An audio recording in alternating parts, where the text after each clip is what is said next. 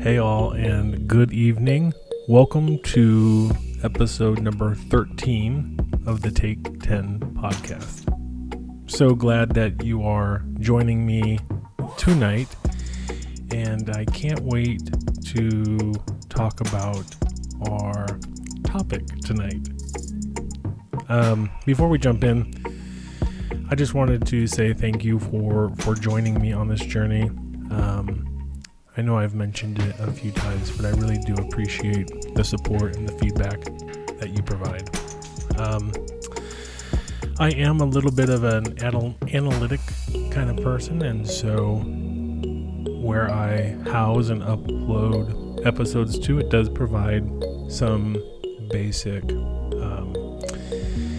data points, and it's always just so fascinating to see the variety of people who may be tuning into some of my episodes.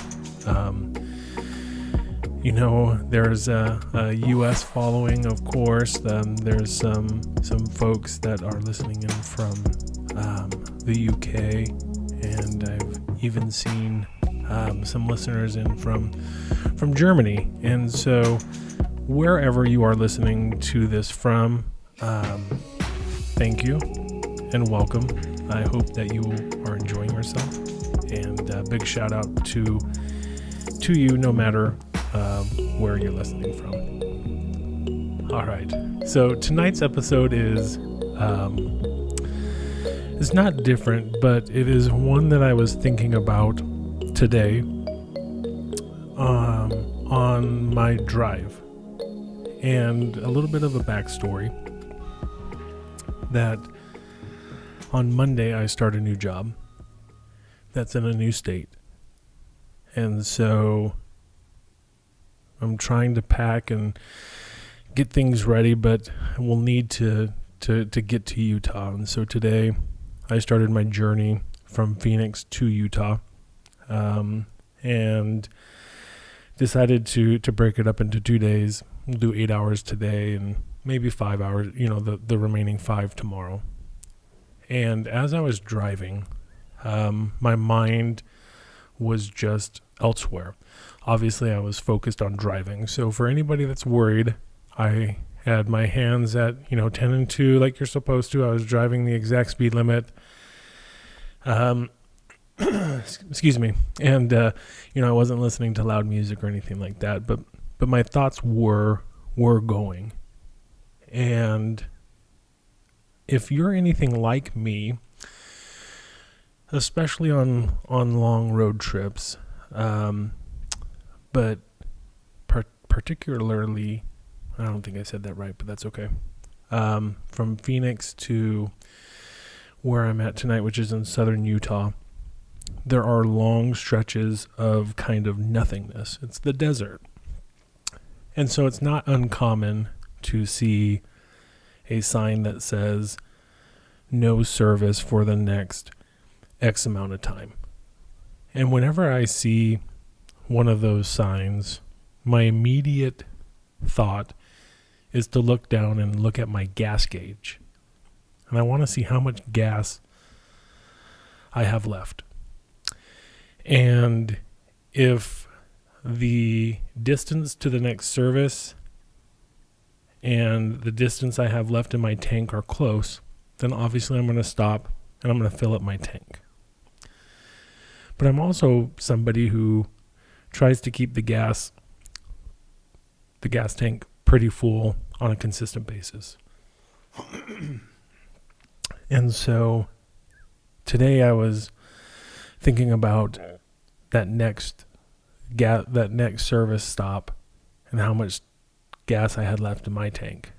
I started thinking about how our car's gas tank could be compared to that of our mental health, quote unquote, gas tank.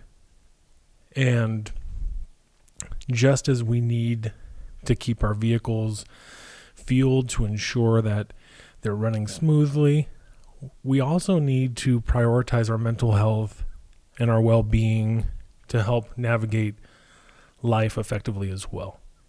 And so literally tonight, I want to explore some of the similarities between maintaining our mental health and keeping a gas tank full. I want to discuss maybe some steps that we can take to ensure that we have maybe not an always full, but we're above half and maybe we're 3/4 full on a consistent basis. I want to talk about some of the highlights, or I want to highlight some of the benefits of keeping your mental health gas tank full. And then I also want to explore some avenues that we can take if we need to seek additional help if that gas tank continues to run on empty. So the first topic or first section that I want to dive into is really the steps that we can take to ensure that we have a full mental health tank. So like we talked about, our cars don't drive forever without us having to stop and refill. So just like we need to stop and put gas in our car, we need to consistently be doing things that are allowing us to fill up our mental health gas tank as well. So here are a few things that we can do in order to keep that tank full. Number one is self-care. It's important for us to prioritize self-care and to engage in routines that recharge our mental energy. So these things could include exercise. It could involve practicing some mindfulness or meditation, or it could even be something as simple as doing hobbies or chores. And maybe chores is a bad example because I don't know anybody likes necessarily doing chores, but maybe engaging in those hobbies and activities that you just enjoy to do. The second thing that we can do is that we can engage in living a healthy lifestyle. When we think about what we're putting into our body from a food and drink standpoint, it really should be a balanced diet.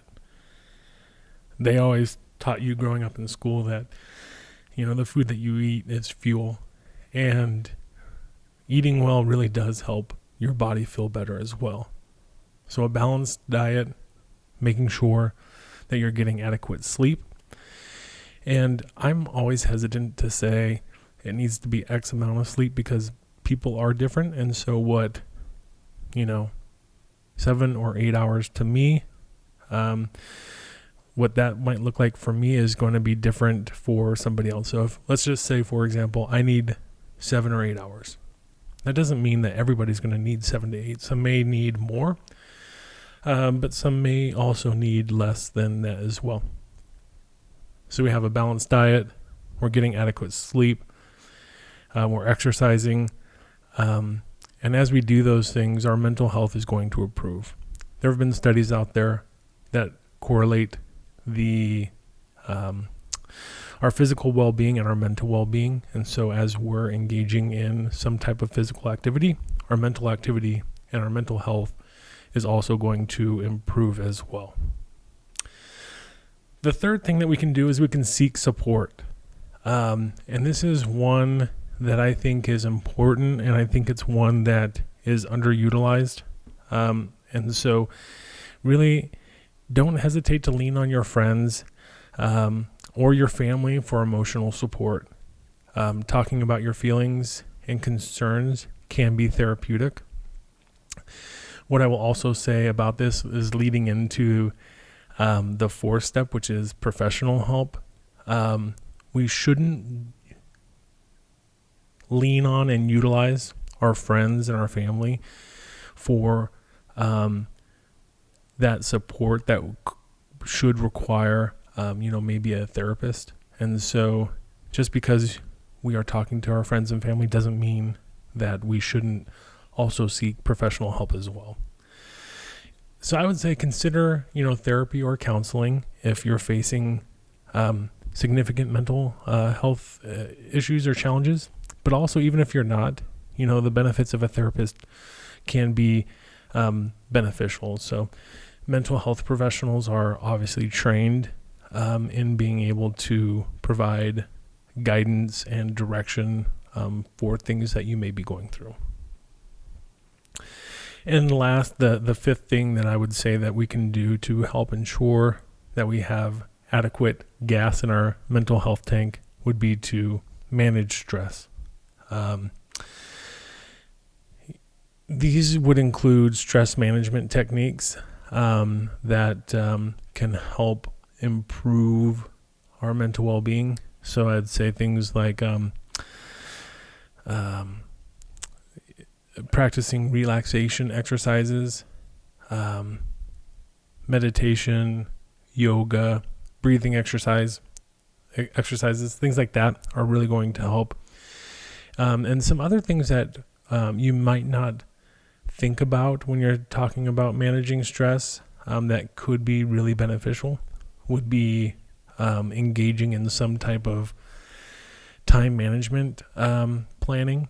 I know that for me, when I have tight deadlines or I'm starting to get a little bit stressed with things that are going on, if I create a to-do checklist of all of the things that I need to accomplish in the next X amount of time, as I start going through those items and physically checking those items off of the list, I start feeling better. I start feeling more accomplished. I feel better about the progress that I'm making. And then, I'm also looking at the list dwindling, which helps me as well. The other thing that can help manage stress for you is setting boundaries. And so a lot of times, a lot of people have a lot of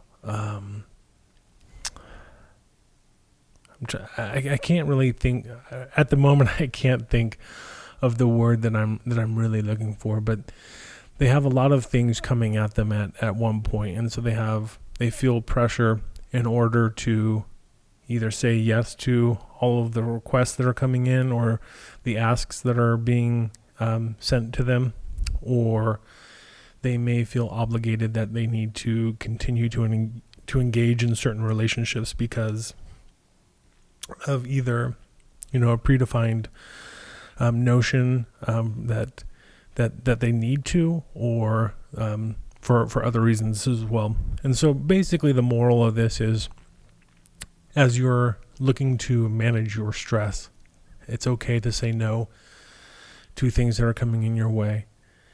And it's okay if you need to set some additional boundaries with individuals in your life in order to remain in a good stress space, because I have found being overwhelmed with things that are coming at you is one of the quickest ways for my mental health gas tank, if you will, to be depleted.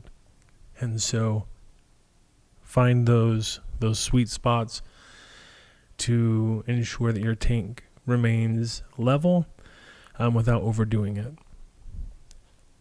All right, so we've talked about some of the steps that we can take to ensure that we are adding to our mental health tank. Why don't we talk a little bit about some of the benefits that you can experience by maintaining your mental health gas tank? So I think one of the things that we can all agree on is that for a vehicle, for example, the more we take care of it and get it serviced regularly, the more likely our car is going to run smooth. And taking care of our mental health is very similar. We're going to need to take care of it in order for our bodies and our minds to continue to run smoothly. And so some of the benefits of us being able to maintain this high-functioning machine of our mental health are going to be an enhancement in our resilience. So a full mental health tank can help you bounce back from life's challenges and even stressors more effectively. it can also help improve the relationships that we have with others. So mental well-being positively affects the interactions that we have with others, and it can help foster positive relationships as well. The third benefit of maintaining our mental health tank is that we can also see increased productivity. And that doesn't necessarily mean at work or school or anything like that. But when our mental health is optimal, we're better equipped to focus, we're better equipped to set goals, and ultimately we're better equipped, to accomplish those tasks efficiently and being able to dedicate our time, our energy, and our focus to those tasks. So that's a good thing there. Fourth is, with better mental health comes better physical health. Mental health and physical health, like I mentioned earlier, are interconnected. And so having a positive mental state can also bolster our immune system and our overall well-being. And then the last benefit that I'll talk about in maintaining our mental health tank is just having more fulfillment. So as we maintain a healthy mental health tank, it can lead to a more fulfilling life. And this happens because we as individuals are better able to appreciate moments. We're more in the moment. We can experience more of that joy and that satisfaction that comes with our better mental health. But just like our vehicles, they are sometimes going to need servicing or repair. And in some cases, maintaining our mental health tank is going to require servicing as well. And some of the professional interventions or the professional services that we can take to help improve our mental health are going to include, and we've talked about a few of these before, but the first one is in therapy or counseling. So a licensed therapist or counselor is trained to help individuals specifically navigate their mental health challenges. They can help offer strategies for you to get through situations or to cope with your mental health challenge like anxiety, depression, or even trauma. Another professional service that we could potentially receive could be medication. So there are certain situations where medication is prescribed by a healthcare provider, and it can be a crucial component for treatment of mental health conditions, specifically for things like bipolar disorder or even severe depression. But typically this medication isn't just a standalone treatment or service that we're receiving on or for our mental health. The medication is typically combined with like a therapist or a counselor.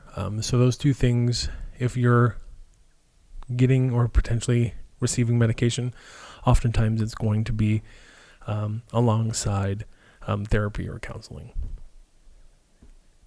And then the third thing that we might be able to explore in getting professional help for our mental health tank would be support groups.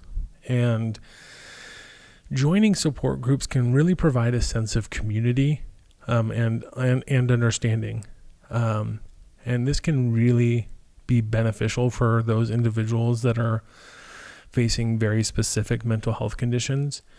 Because when you join this support group, you're going to be paired with others that are going through the same thing that you are. And when you're placed in a position where you're with others that are going through something very similar, you're going to find that you're able to bond and that you're going to be able to relate with those individuals really well. And you're going to form relationships with them. And it gives you a sense that you're not going through this alone, that others are out there going through something very similar. And so the support group can be very beneficial. And then the last service that I'll talk about that is available if help is needed is the crisis helplines. And if you are in a spot where you feel like there's no way out, and you're thinking about ending things, I would absolutely encourage you to reach out to one of the crisis helplines. You can dial 988 and talk to somebody. And you can also text with somebody as well. So if you don't want to deal with the phone, there's a text option as well. And these helplines are available 24/7, and they can help offer immediate support and guidance to you. So that is some of the thoughts, or those are some of the thoughts that I had on my journey today, and how well I am adding to my mental health tank as often as I'm filling up my car's gas tank. And I think over the last few months, I feel like I've done a better job of that. And I'm happy about that. I also know that there are opportunities for me to be better with that as well. And so there's room for improvement. And that's good. I think it's always good to identify areas that you can be better at certain things as well. And so what I would ask you to do right now is to think about the last time that you went and filled up your car with gas. It was probably relatively recent. And I want you to now think about the last time you did something to fill up your mental health gas tank. Was it as recent as when you went and put gas in your car? And if so, congratulations. That's awesome. I'm proud of you. And if it's not, that's okay too. What I would ask is if you haven't put things into your mental health gas tank as regularly as you do for your vehicle's gas tank, is to do something either right now and do a little breathing exercise, do a little meditation, create a to-do list of things that you need to do, and do that right now, or do it tomorrow. And start filling up that gas tank. As we think about our mental health tank resembling that of a car's gas tank, I think we can find that the analogy highlights the importance of ongoing self-care and professional support, just as our vehicles need ongoing support and care as well. As we diligently fill our vehicles' tanks to ensure that they operate smoothly, we must also prioritize our mental health so that we can lead fulfilling and balanced lives as well. We can take proactive steps to maintain our mental health, and when we do this, we gain multitudes of benefits. We can see increased resilience. We can increase the quality of our relationships, and we can also improve our physical self as well. Just like roads, life can get tough. And I hope you know that there are numerous resources available to help you and to help me and to help us navigate this journey of improving our mental well-being. Remember that it's important to take care of your mental health, and taking care of your mental health is not a luxury. It's a necessity for us to live long, happy lives. And as you work to improve and input into your mental health tank, I'd encourage you to be on the lookout for others as well, and to encourage them to do things that will help add to their mental health gas tank as well. And even if somebody feels, or maybe not feels, I apologize, as you're looking at others, if it appears that they have everything situated and they're in alignment and good to go, just know that we truly don't know what is hiding behind that person's shell. And it's okay to reach out and to ask them how they're doing and to see if they're adding to their mental health gas tank. It's also encouraging to know that there are so many of you out there who are looking to help others. And I'd encourage you, as you continue to go about your days, that you continue to remember to do, to be, and to inspire good in all that you do. That is it for this episode of the Take 10 podcast. Thank you for joining me, and for once, it's actually evening. I hope you have a good night. We'll talk to you later. Thanks.